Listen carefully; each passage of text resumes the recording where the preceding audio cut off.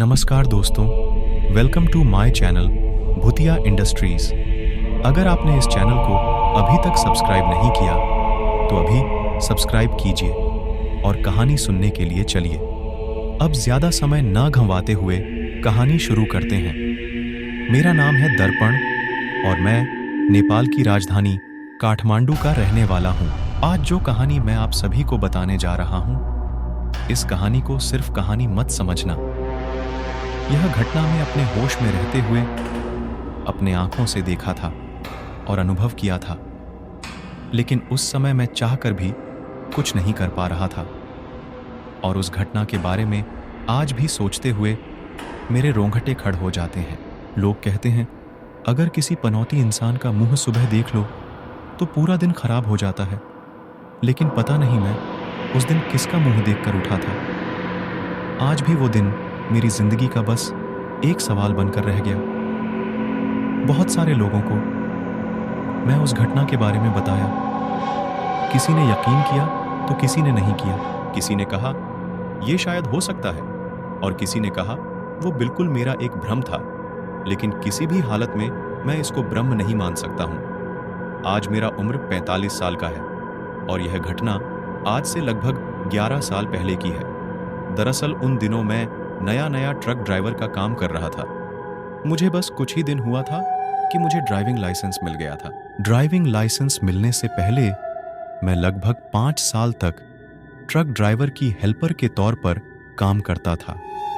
धीरे धीरे काम करते हुए मुझे एक ट्रांसपोर्ट कंपनी में काम मिल गया था।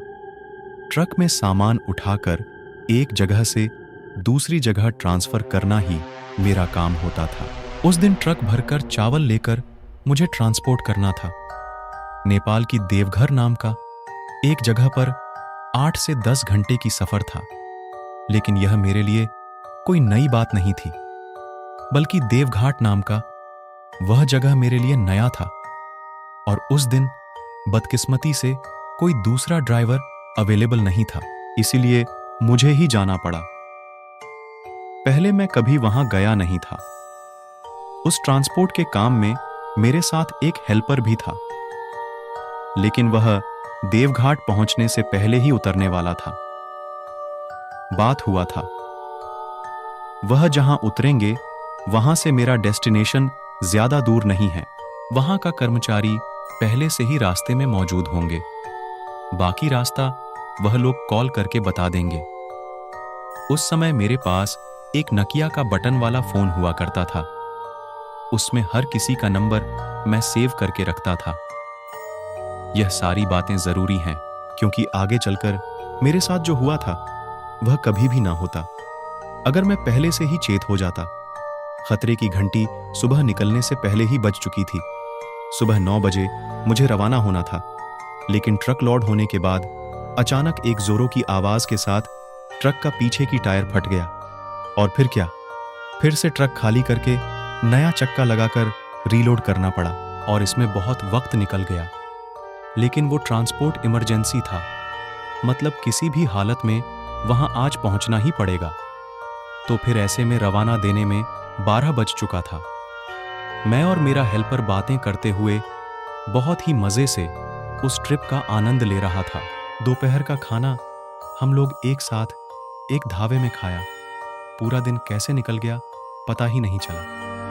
धीरे धीरे शाम ढलक रात की ओर बढ़ने लगा। जैसे जैसे रात गहरा होता गया, सड़क पर गाड़ी की संख्या भी कम होता गया और एक समय मेरे हेल्पर गाड़ी से उतर गया। उसके घर यही कहीं आसपास है। लेकिन ट्रक से उतरने से पहले वह लड़का मुझे बोल, यहां से यह रोड पकड़कर लगभग 20 किलोमीटर चलने के बाद मुझे 2 लोग इंतजार करते हुए रास्ते में मिलेंगे। उन लोगों का फोन नंबर भी कागज में लिखा हुआ है। अगर कोई परेशानी हो तो उन्हें जरूर एक बार कॉल कर लेना। इतना बोलकर वह ट्रक से उतर गया। लेकिन उसी वक्त जाते जाते वह कुछ ऐसा बोल गया जो सुनकर मैं बिल्कुल हैरान था। उसने बोला था, चाहे कुछ भी हो जाए, कोई भी ट्रक के सामने क्यों ना आ जाए, मुझे किसी भी हालत में ट्रक को नहीं रोकना है। ट्रक रोकने से भयंकर संकट आ सकता है, जो कि मैं इतनी रात को बिल्कुल अकेला हूं, इसलिए अगर मेरे साथ कोई होता तो चिंता की कोई बात नहीं थी। उसके मुंह से यह बात सुनकर मैं तो थोड़ा डर ही गया था। एक तो नई जगह, ऊपर से इतनी रात हो चुकी है।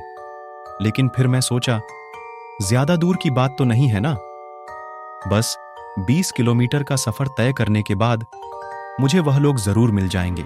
और वैसे भी मुझे लग रहा था कि वह मजाक मजाक में मुझे डराने के लिए यह सब बोलकर भाग गया। पर मुझे इस बात का जरा सा भी अंदाजा नहीं था कि उस 20 किलोमीटर के अंदर मेरे साथ कुछ ऐसा हादसा होने वाला है। उस लड़के का नाम विक्रम था। मैं विक्रम को उतरने के बाद फिर से ट्रक को गियर में डाला और आगे की तरफ चल पड़ा। उस समय रात को 12:30 बज चुका था। पहाड़ और जंगलों से घिरी हुई नेपाल के उस जगह में उस वक्त बिल्कुल सन्नाटा छाया हुआ था। रास्ते से आता जाता कोई नजर भी नहीं आ रहा था। सच कहूं तो उस वीरान सा जगह में उस वक्त मुझे थोड़ा डर लगने लगा था।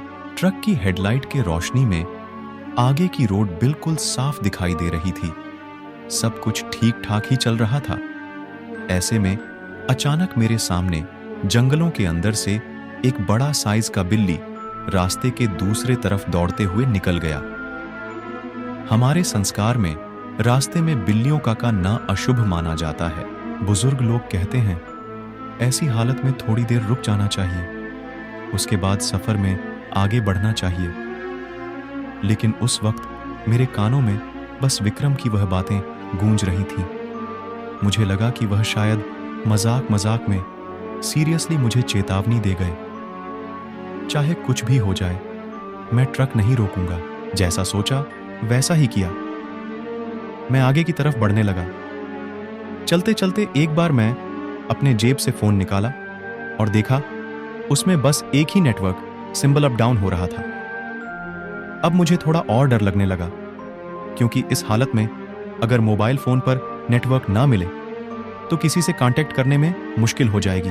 फिर आगे क्या होगा पता नहीं। यही सारी बातें सोचते हुए मैं मेरा मोबाइल फोन फिर से जेब में रखकर एक पल के लिए ट्रक की साइड मिरर पर आंख डाला और फिर उस मिरर के अंदर जो देखा, उसे देखने के बाद मेरी हालत और भी खराब होने लगी। मैंने देखा ट्रक के दाएं तरफ कंटेनर के दीवार पर चिपकली की तरह कोई इंसान चिपक के बैठा है, या फिर कहो बैठी है, क्योंकि वह एक सफेद रंग की साड़ी पहनी हुई थी और उसे देखकर लग रहा था कि वह जरूर कोई महिलाएं होंगे।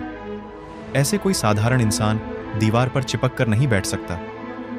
यह तो कोई इंसान मुझे नहीं लग रहा है।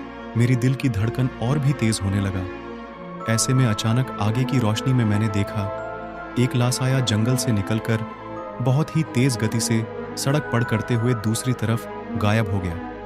यह सब देखकर मेरे माथे से पसीने की बूंद निकल आई।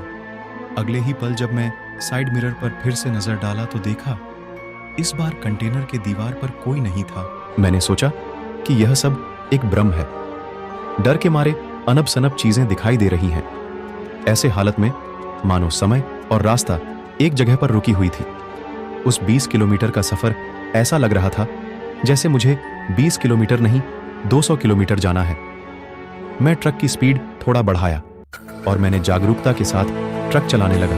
उस वक्त मुझे थोड़ा प्यास भी लग रहा था, लेकिन ट्रक को रोककर बोतल निकल के पानी पीने का इरादा उस समय मेरे अंदर बिल्कुल भी नहीं था।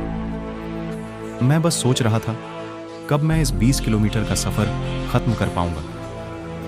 और एक अजीब बात यह थी, विक्रम जब से ट्रक से उतरा तब से लेकर अभी तक कोई इंसान या फिर कोई गाड़ी आगे मुझे दिखाई नहीं दी। ऐसे में चलते चलते ही अचानक कुछ ऐसा हो गया जिसमें मेरा तो बस पैंट गीली होना बाकी था।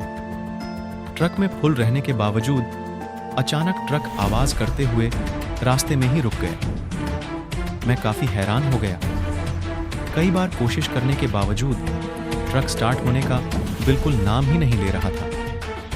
बस आगे की हेडलाइट जल रहा था। कुछ ऐसा हो गया जिसमें मेरा तो बस पैंट गीली होना बाकी था।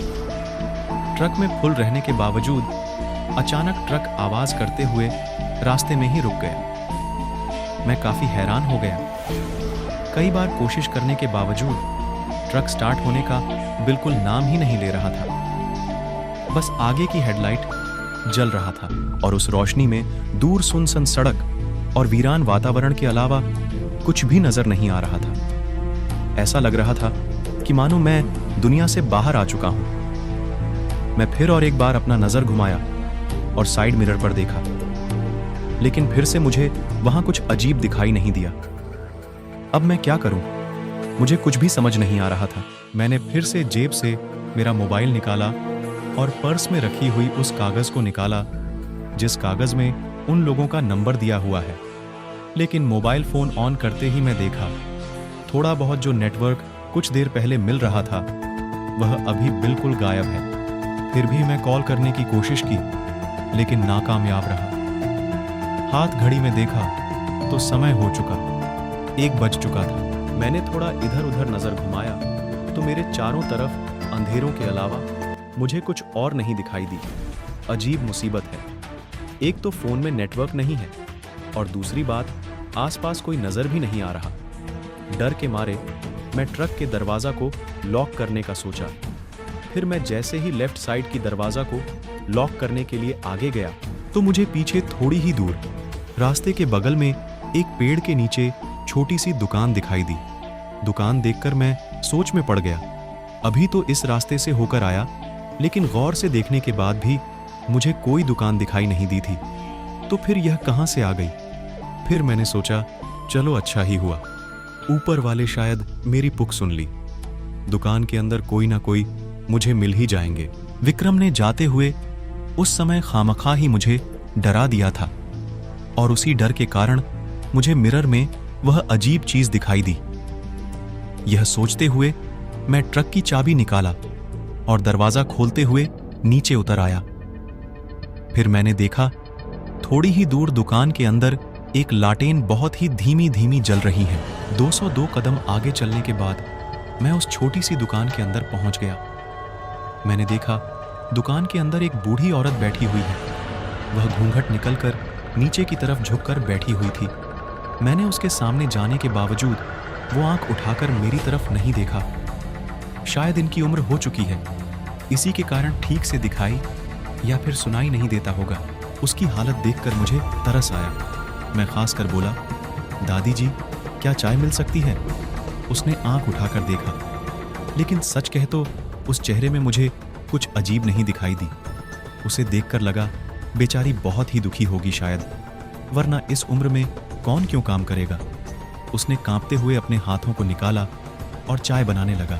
उसे देखकर मुझे लगा शायद वह ज्यादा बात करना पसंद नहीं करती, इसलिए मैं चाय बनाने तक चुपचाप बैठा रहा। थोड़ी ही देर बाद उसने चाय बनाकर मुझे दिया। चाय पीते पीते मैं उनसे पूछा, क्या आप अकेली हो? आपका घर कहाँ है?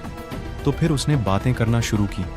वह बोली कि उसका कोई घर नहीं है, यह दुकान ही उसका सब कुछ है। उसकी हालत देखकर सच में मुझे बेहद ही खराब लगा, लेकिन उस वक्त मेरा भी हालत कुछ अच्छा नहीं था। मुझे मैकेनिक की जरूरत थी। मैंने उस बूढ़ी औरत से पूछा कि आसपास कोई मैकेनिक मिल सकता है कि नहीं। तो उसने बताया, यहाँ दूर दूर तक कोई आबादी नहीं है, सुबह तक रुकना पड़ेगा, क्योंकि रात में अगर बहुत जरूरी ना हो तो कोई इस रास्ते से नहीं जाता। यह बात सुनने के बाद मैं और भी परेशान हो गया। मुझे जैसे भी करके आज देवघाट पहुंचना था, लेकिन सब कुछ गड़बड़ हो गया। मेरी हालत देखकर वह बूढ़ी औरत थोड़ा हंसी और फिर बोली, किस्मत किस्मत तुम बदल नहीं सकते, किस्मत में जो लिखा है वही होगा। मैंने सोचा, हाँ बात तो सही है, इस हालत में और क्या ही किया जाए। वो तो ऊपर वाला का शुक्र है इस बूढ़ी औरत का दुकान मिल गया। मैं चाय पीते पीते उसके साथ बातें करने लगा। यह जगह कौन सा है? यह जगह में और कोई दुकान क्यों नहीं है? या फिर कोई इंसान यहाँ क्यों नहीं रहते? इसके बारे में मैंने उसे पूछा। तो फिर उस औरत ने जो बताया, मैं हूबहू आपको बोल रहा हूँ। दरअसल उस रास्ते से थोड़ी ही दूर एक नदी है। बहुत साल पहले उस नदी किनारे एक गांव हुआ करता था। उस गांव का लोग अपने आप में बहुत ही खुश था। 20 से 25 परिवार को लेकर वह गांव बसा हुआ था। लेकिन उस समय एक महामारी शुरू हुआ और काफी सारे लोग मारे गए। उस गांव वालों में से एक बूढ़ी औरत को थोड़ी बहुत तंत्र मंत्र के बारे में पता था, इसलिए गांव वाले उसे ज्यादा पसंद नहीं करते थे। लेकिन वह अपने आप में डूबकर गांव वालों के साथ रहते थे। परंतु उस महामारी के बाद गांव वालों ने सोचा इसके पीछे उस औरत का हाथ है, और एक दिन रात को उत्तेजित होकर गांव वालों मिलकर उस बूढ़ी औरत को जिंदा जला दिया। सुनने को आता है तब से लेकर आज तक वह औरत उस नदी किनारे घूमती रहती है।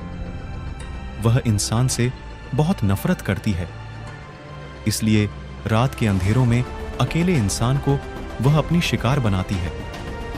इस इतिहास को सुनने के बाद मैंने उसे कहा, क्या आपको यहां अकेले रहने में डर नहीं लगता? तो उसने बोली, आज तक वह ऐसा कुछ नहीं देखा जिसमें डरने वाली बात हो। यह सब तो लोगों का मनगढ़ा कहानी है। उसके मुंह से यह बात सुनने के बाद मैं थोड़ा निश्चिंत हुआ। सामने विक्रम बैठा हुआ था। विक्रम के मुंह से बाद में मैं सुना था उस रात काफी देर हो चुकी थी, फिर भी मेरा कोई अता पता नहीं था। यह देखकर सब लोग घबरा गए थे। फोन पर एक दूसरे से बातें होने लगी तो वो लोग मुझे ढूंढते हुए यहाँ तक आ पहुँचे। विक्रम उसके साथ अपने गांव से कुछ लोगों को भी लाया था। रास्ते में ट्रक खड़ा देखकर वह लोग मुझे जंगल में ढूंढा और फिर इस हालत में मैं उनको मिली। विक्रम और बाकी लोग कह रहे थे कि मैं किसी चलावे के शिखर लोग कह रहे थे कि मैं किसी चलावे के शिखर बन गया था। उस रात अगर उन लोगों को पहुंचने में थोड़ी सी भी देर हो जाती तो शायद वह रात मेरे लिए आखिरी रात होता। और वह डायन समझकर बूढ़ी औरत को जला देने वाली कहानी बिल्कुल सच थी। आज भी उस जगह पर उस बूढ़ी औरत की आत्माएं भटकती हैं और इंसान को भटका के उसे मार देती है। आज मेरी यह जिंदगी मेरे लिए एक वरदान है। और दोस्तों, यहीं पर ख़त्म होती है। मेरी दोस्तों, आज की यह कहानी आपको कैसी लगी ज़रूर कमेंट करके बताना ना भूलें। और अगर आपने अभी तक चैनल को सब्सक्राइब नहीं किया है